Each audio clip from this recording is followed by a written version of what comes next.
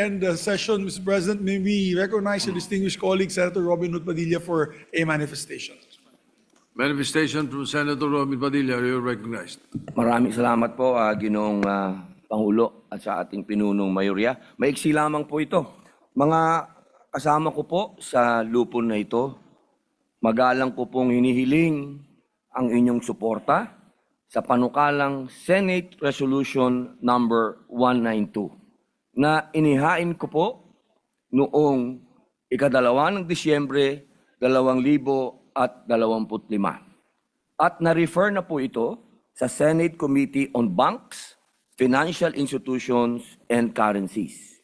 Ito po ay nag-uudyok sa Bangko Sentral ng Pilipinas na magsagawa ng isang masusing pag-aaral hinggil sa posibilidad ng demonetization ng 1,000 banknotes na inilabas mula 2020 hanggang 2025. Sa harap ng mga umiiral na aligasyon ng katiwalian at ng paulit-ulit na ulat hinggil sa malawakang paggamit ng high denomination currency sa mga illegal na transaksyon, ang resolusyong ito ay naglalayong magbukas ng isang maingat at responsableng pagsusuri upang palakasin ang transparency, accountability, at integridad ng ating monetary at financial system.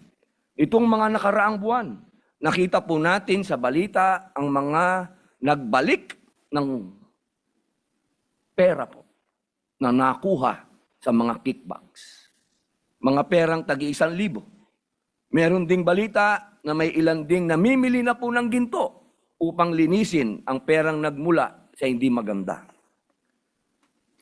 Dahil dito, magalang po naming inaanyayahan ang ating mga kapwa senador, mga kasama, aking mga idolo, na ipagkaloob ang kanilang suporta sa panukalang ito bilang pagpapakita ng ating kolektibong paninindigan para sa mabuting pamamahala, pananalig sa mga institusyon, at pagbabalik ng tiwala ng mamamayan sa pamahalaan. Yun lamang po, Ginoong Pangulo, maraming salamat po. Anyway, manifestation na naman. Alright. Isang karangalan po para sa inyong lingkod ang tumayo sa bulwagang ito bilang tagapangulo po ng Committee on Cultural Communities and Muslim Affairs at sponsor ng Senate Bill number 1629 sa ilalim ng Committee Report number 23 na substitute bill ng mga Muslim Prayer Room Act na inihain ng inyong lingkod at ng iginagalang nating kasamahan, Senador Mark Villar. Ipinapanawagan ko po ang suporta ng buong Senado para sa panukalang batas na ito. Hindi lamang bilang isang mambabatas, kundi bilang isang Pilipinong naniniwala sa mahalagang papel ng pananalig sa ating buhay.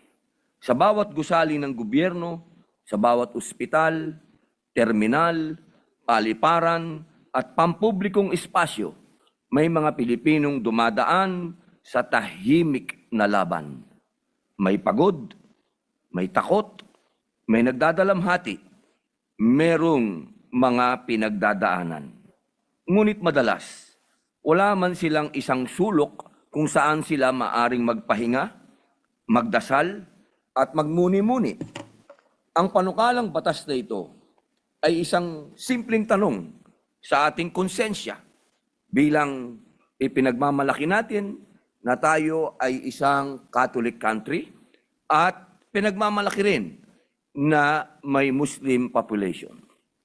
May mga lugar ba sa ating pamahalaan para sa pananampalataya at kapayapaan ng loob? Noong nakaraang 19th Congress, ang aming panukala ni Senador Mark Villar ay Muslim Prayer Room Act. Ngunit, bunga ng aming mga talakayan, kami ay bumuo ng bersyon na susuporta sa kalayaan ng paniniwala at magpapayaman sa espiritual na magpapahalaga ng ating mga mamamayan habang tumatalima sa ating saligang batas. Ang Multi-Faith Prayer and Quiet Rooms Act ay hindi hakbang tungo sa pagkiling sa anumang relihiyon. Hindi ito pabor sa isang pananampalataya. Ito ay pagkilala na ang Pilipino, anumang relihiyon, anumang paniniwala, o kahit walang relihiyon, ay may karapatang magnilay, magdasal, at magmuni-muni ng hindi inuusig at hindi hinuhusgahan. Sa ilalim ng panukala, ang mga saklaw na public offices at public-facing establishments ay kinakailangang magtatag ng at least isang multi-faith prayer and quiet room. Hindi required na ipagawa nila ito. Maaari silang mag-designate lamang ng isang existing na space sa kanilang gusali upang maging MFQR, Multi-Faith Prayer and Quiet Rooms. Kinakailangan lamang na ang MFQR na kanilang itatatag ay enclosed at accessible. Ito ay dapat religiously neutral. Ibig sabihin, walang permanenteng simbolo ng anumang relihiyon. Pero ang mga gagamit ay maaaring magdala ng kanilang mga personal na gamit para sa pagdarasal. Ngunit, kailangan din nilang dalhin matapos ang paggamit. Kinakailangan ding siguruhin ng establishmento na voluntaryo ang paggamit nito. Walang pamimilit, walang panghihimasok, walang mang-aabala o manggugulo sa kapwa. Kinakailangan ding siguruhin ng ahensya ang maintenance ng MFQR at isaalang-alang ang mga sumusunod. Malinis na sahig, pagkakaroon ng syurak, sapat na liwanag at ventilasyon, multilingual na karatula na may kasamang international quiet room symbol, pagkakaroon ng ablution facilities o washroom na kung hindi man sa loob mismo ng MFQR ay malapit lamang dito at dapat ay gender neutral, malinis at accessible. Kung kakayanin, ang pagkakaroon ng movable partitions para mapahintulutan ang pag-upo, pagluhod at pagtayo. Ang mga saklaw ng panukala ay ang mga pampublikong tanggapan gaya ng national government offices, constitutional bodies, government-owned and controlled corporations, government financial institutions, state universities and colleges, at local government units. Kasama rin ang public-facing establishments tulad ng airports, seaports, ospital, malls, transport hubs, at iba pang establishmentong madalas pasukin ng publiko, maliban sa mga high security o restricted areas. Ang mga public-facing establishments naman na hindi saklaw ng panukala at maaring voluntaryong mag-designate ng MFQR at maaring mag-apply ng recognition alinsunod sa mga programa ng pagkilala ng pamahalaan. Halimbawa po, sa Department of Tourism, sila ay nagbibigay ng pagkilala sa mga Muslim-friendly establishments. Tandaan po natin, sa ating kilalalagyan na rehiyon, karamihan po ay Muslim countries. Ang mga accredited na establishments ay maaaring ding magawaran ng mga sumusunod na incentives. Eligibility upang maisama sa mga promotional program ng Department of Tourism at iba pang ahensya. Access sa technical assistance o recognition awards.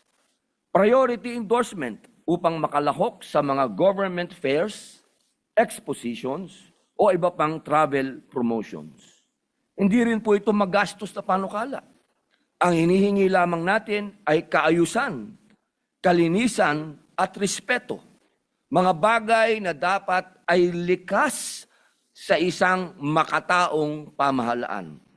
Ang pondong gagamitin para sa implementasyon ng panukala ay kukunin sa kasalukuyang budget ng ahensya at sa kalaunan ay isasama sa General Appropriation Act kung kinakailangan.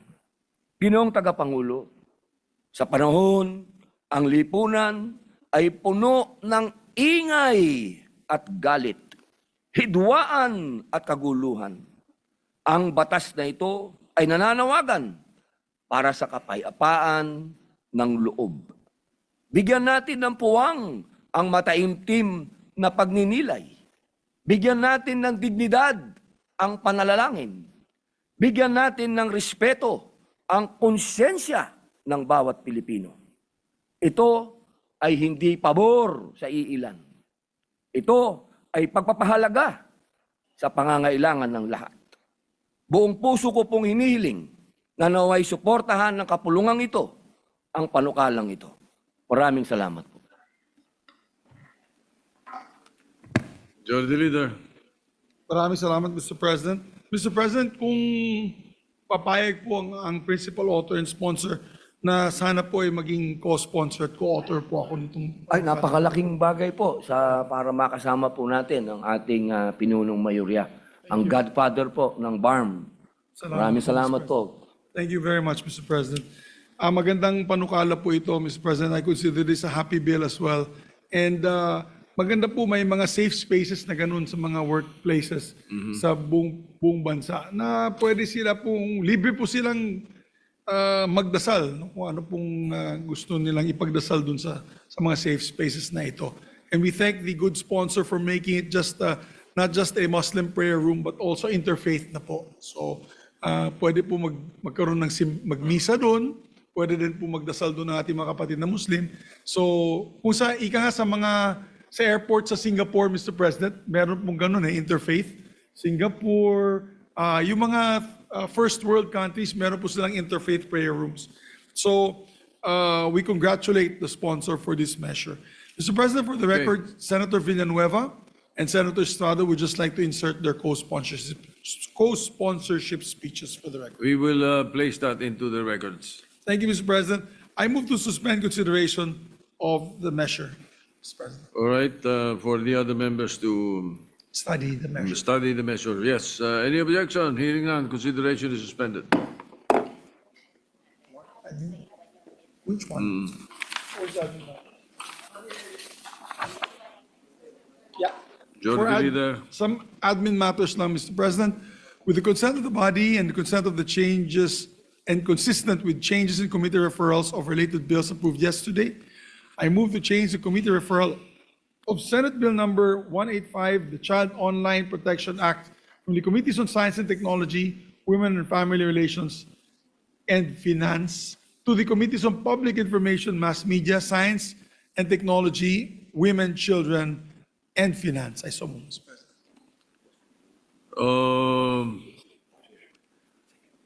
Yes, I understand this is a change of referral, but you are referring it to three committees. Upon the ruling of the Committee on Rules. So this is upon your ruling already, because Yes, Mr. President. just to place on record, we do not allow such, Yeah, unless there are more than we two, ask the unless consent. it's unless we ask Ways the and consent Means of the or body. Finance. Yes, Mr. But President. you have this has already been referred to your committee, Yes. the Rules Committee, and your ruling is that these three committees plus the Finance be the referrals. Yes, Mr. President. All right. Due to the importance of the subject matter, Mr. All right. President. Any objection? Hearing none. Motion's approved. Thank you very much, Mr. President. And before we end the session, Mr. President, may we recognize the distinguished colleague, Senator Robin Hood